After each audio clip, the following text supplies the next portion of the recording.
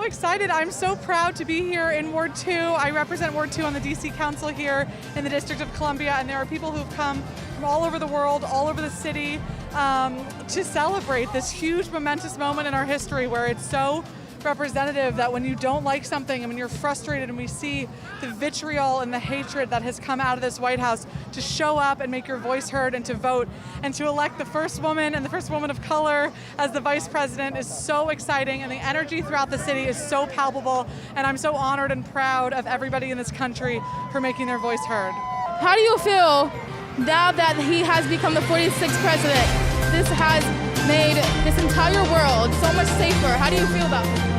I feel so much relief. I feel like we're in safe hands, steady hands, and that President-elect Joe Biden will get us through this terrible year that so many of us have had, and it really goes to show how important a vote is. We saw in 2016 so many people not show up to vote because they thought Hillary Clinton had it in the polls, or they felt frustrated or left behind by politics. And it's a great reminder that politics affect everyone's life. We have never had a year so clearly demonstrate that it affects when you can get your kids back to school, when you can see your loved ones again or leave your house. And I think that message has resoundingly been heard by the American people, and we chose to push back through the greatest form of protest that we have, which is our vote, to elect Joe Biden and Kamala Harris.